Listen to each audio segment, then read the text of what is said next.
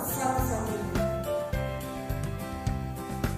Yesus itulah satu-satunya penolongku yang sungguh. Ia berjanji akan kembali angkat kita semua. Oh, haleluya, puji Tuhan, upahmu besar di surga. Oh, haleluya, puji Tuhan, upahmu besar di surga. Sekali lagi kita nyanyikan ya.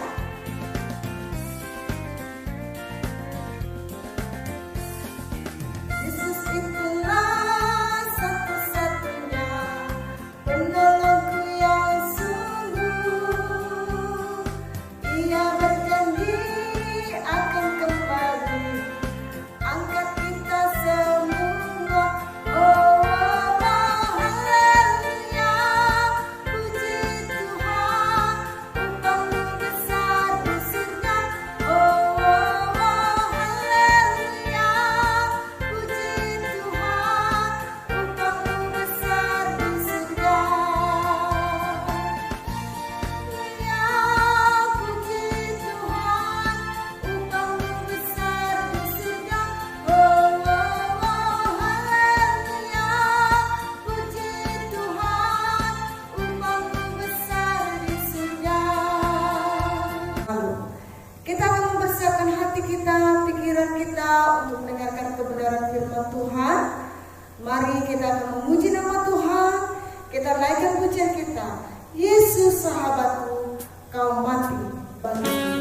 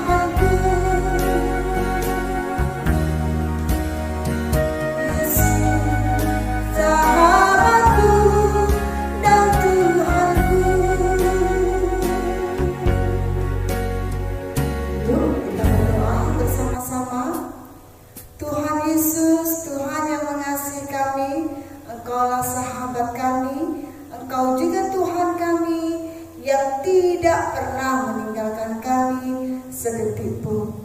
Tuhan Yesus, sebentar lagi kami mau mendengarkan firman Tuhan. Kiranya Tuhan Yesus menolong kami untuk mendengarkan firman Tuhan dengan baik. Pimpin kami, berkatilah kami. Dalam nama berdoa. Amin. Anak-anak yang terkasih di dalam Tuhan Yesus, firman Tuhan kita pada hari ini diambil dari kitab Injil Lukas, yaitu tentang Sakius, orang yang pendek. Mungkin kamu sudah sangat sering sekali mendengar cerita tentang Sakius ini, tetapi ibu mau menceritakannya sekali lagi. Ada beberapa hal yang penting, ada 2 hal yang penting yang hendak ibu sampaikan dari cerita Sakius. Siapakah Sakius ini? Sakius adalah orang yang pendek. Pekerjaannya ialah pemungut cukai. Dan Sakius tidak disukai banyak orang. Kenapa Sakius tidak disukai banyak orang? Karena dia suka sekali memungut uang yang seharusnya lebih daripada seharusnya. Jadi orang-orang gak senang dengan si Sakius itu. Nah, suatu ketika Sakius mendengar bahwa Yesus melewati kota Yeriko, dan banyak orang yang mau bertemu dengan Yesus. Pertanyaannya, mengapa orang-orang itu mau melihat Yesus, termasuk Sakius? Rupanya Tuhan Yesus pada waktu itu sudah sangat terkenal sekali dengan pengajarannya. Dan Tuhan Yesus pada waktu itu sudah banyak menyembuhkan dan melakukan mujizat. Jadi pertanyaannya, anak-anak, bagaimana Tuhan Yesus bisa melakukan mujizat? Siapakah Tuhan Yesus itu? Tuhan Yesus itu adalah anak Allah. Rumahnya di mana? Rumahnya ada di dalam kerajaan surga. Tuhan Yesus adalah manusia, tetapi dia juga adalah Allah. Rumahnya dalam kerajaan surga, tempat maha kudus, penuh dengan kemuliaan. Tetapi Allah tahu pada waktu itu manusia jatuh ke dalam dosa, dan Allah ingin menyelamatkan manusia itu dari dosa. Oleh sebab itu Allah mengutus anaknya yang tunggal, yaitu Yesus Kristus, untuk lahir ke dalam dunia supaya kita yang berdosa diselamatkan. Kita semua berdosa, bukan ibu yang mengatakan, tetapi firman Tuhan di dalam kitab Roma 3 ayat 23 berkata, sebab semua manusia telah berbuat dosa dan telah kehilangan kemuliaan Allah, termasuk Sakius. Sakius adalah orang yang berdosa. Kita juga berdosa, dan kita telah kehilangan kemuliaan Allah itu. Bagaimana hubungan kita dengan Tuhan? Ketika kita berdosa, hubungan kita dengan Allah menjadi terpisah. Allah Maha Kudus, kita berdosa. Apa yang memisahkan? Yang memisahkan kita adalah dosa. Apa hukuman dosa itu? Jelas dikatakan di dalam kitab Roma 6:23, bahwa dosa ialah maut. Anak-anak yang terkasih di dalam Tuhan Yesus Kristus, apa aja sih dosa yang mengikat kita? Apa aja sih dosa yang mengikat kamu? Mungkin kamu sering berbohong, mungkin kamu sering mencuri, kamu sering memukul temanmu. Itulah yang mengikat kita dari dosa.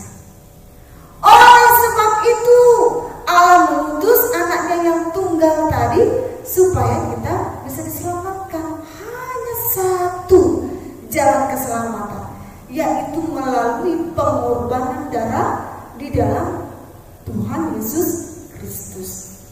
Yesus menjadi jembatan keselamatan antara kita manusia yang berdosa dengan Tuhan.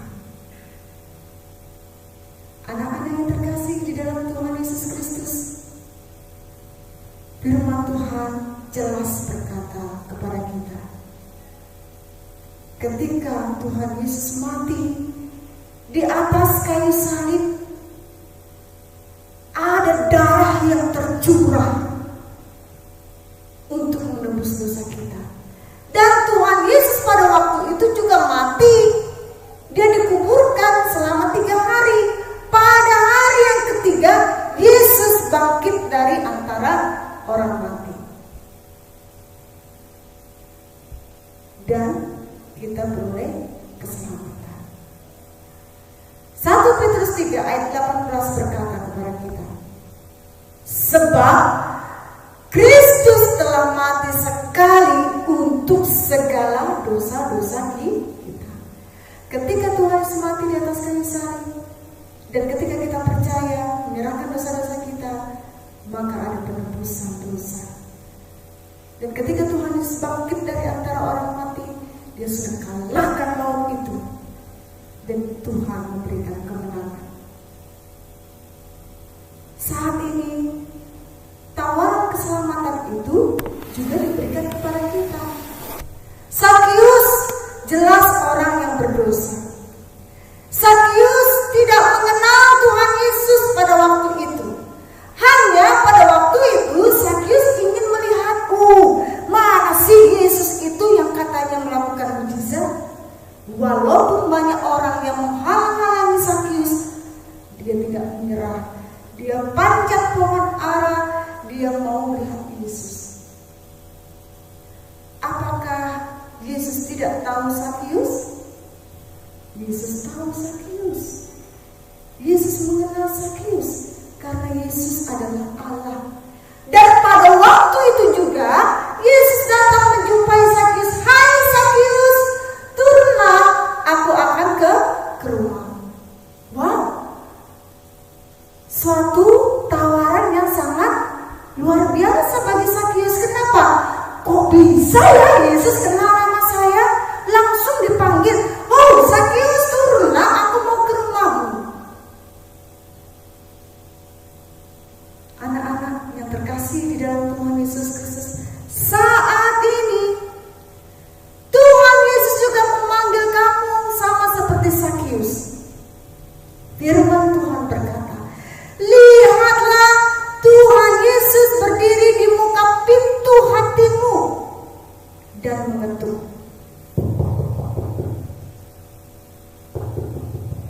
Bolehkah Yesus masuk ke dalam hatimu? Bolehkah aku singgah ke dalam hatimu? Kata Tuhan Yesus. Apa yang terjadi? Tuhan senantiasa memanggil-manggil kamu, sama ketika Tuhan Yesus memanggil-manggil Sakius. Apakah kamu mendengarkan suara Tuhan Yesus? Tuhan Yesus meminta dan mengetuk hatimu, mau masuk ke dalam hatimu. Maukah engkau membukakannya? Mari kita lihat gambar selanjutnya. Anak-anak, kalau kita mau mendengar suara Tuhan Yesus, maka Tuhan Yesus akan tinggal di dalam hati kita. Saat itu ketika Sakius mendengar panggilan Yesus, Sakius cepat-cepat turun dan dia lari secepat-cepatnya. Bukan menghindar sama Tuhan Yesus, tetapi dia suka cita. Dia mau mengundang, oke Tuhan Yesus, mari singgah ke rumahku. Kita akan makan bersama-sama dengan orang banyak. Sakius sangat senang sekali ketika Tuhan Yesus datang ke rumahnya. Anak-anak, maukah kamu sama seperti Sakius? Jika kamu mau sama seperti Sakius, iya Tuhan, aku mendengar Engkau. Masuklah ke dalam hatiku, jadilah Tuhan dan Juru Selamatku yang hidup. Jadilah Raja dan Juru Selamatku di dalam hatiku dari sekarang sampai selama-lamanya. Sama seperti Sakius pada waktu itu ya, ada sukacita yang sangat besar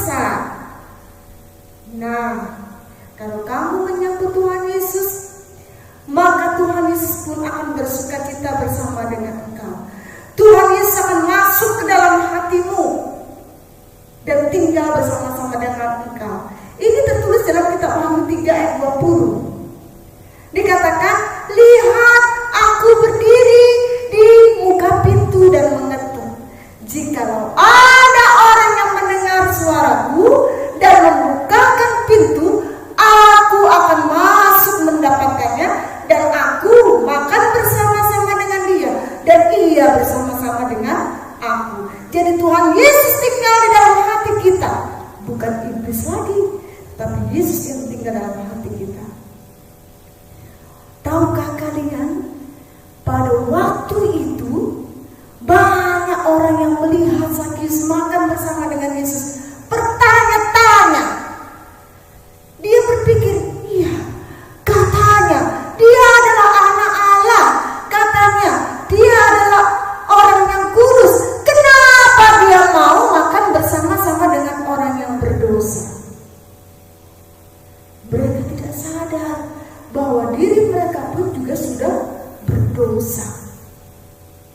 Satu hal yang ibu dapatkan dari firman Tuhan ini, Tuhan Yesus datang bukan untuk orang yang tidak berdosa, tetapi Tuhan Yesus datang untuk orang-orang yang berdosa. Siapa orang yang berdosa? Saya dan kamu. Firman Tuhan kita pada hari ini dalam kitab Injil Lukas, kita akan baca bersama-sama. Mari kita baca bersama-sama. Ini jawaban Tuhan Yesus kepada orang itu. Sebab Anak Manusia datang untuk mencari dan menyelamatkan yang hilang. Siapa anak manusia? Anak manusia itu adalah Yesus Kristus. Sebab Anak Manusia datang untuk mencari dan menyelamatkan yang hilang. Tuhan Yesus datang ke dunia bukan hanya sekedar untuk melakukan mujizat, yang buta melihat, yang bisu berbicara, yang lumpuh berjalan, yang tuli mendengar. Tetapi Tuhan Yesus datang ke dalam dunia untuk menyelamatkan dan mencari yang hilang. Siapa yang hilang? Yang hilang adalah kita, manusia yang berdosa. Waktu itu Zakheus melihat bagaimana Tuhan Yesus sangat mengasihinya, dan Zakheus pun berkata, aku akan membagikan semua hartaku kepada orang miskin, dan jika ada yang kuperas 2 kali lipat, maka aku akan mengembalikannya. Wah, rupanya pada hari itu sudah terjadi pertobatan di dalam hidup Zakheus. Anak-anak yang terkasih di dalam Tuhan Yesus Kristus, Tuhan Yesus sangat senang sekali ketika melihat anak-anaknya menyambut dia, ketika dia melihat manusia ini mencari dan terbuka hatinya untuk menerima Tuhan Yesus sebagai Tuhan dan Juru Selamatnya. Tuhan Yesus memanggil engkau sama seperti Tuhan Yesus memanggil Zakheus. Maukah kamu percaya kepada Tuhan Yesus? Jika kamu percaya kepada Tuhan Yesus, maka sukacita yang besar yang dialami Zakheus akan kamu alami. Sekali lagi kita akan baca Lukas 16 ayat 10. Sebab Anak Manusia datang untuk mencari dan menyelamatkan yang hilang. Mari kita berdoa. Tuhan Yesus yang baik, Tuhan yang mengasihi kami bersyukur atas kasih Tuhan di dalam kehidupan kami. Tuhan Yesus sudah rela mati di atas kayu salib untuk menebus kami manusia yang berdosa. Terima kasih ya Tuhan atas pengorbanan bagi kami. Tuhan Yesus, kami menyerahkan hidup kami ke dalam tangan kuasa-Mu. Berkatilah dan sertailah kami. Sebentar kami juga akan melakukan aktivitas kami, kegiatan kami sepanjang hari ini. Biar tangan kasih Tuhan, damai sejahtera Allah yang akan senantiasa melingkupi dan melindungi kami semua. Terima kasih Tuhan Yesus Kristus, hanya di dalam nama-Mu kami berdoa dan juga mengucap syukur. Amin.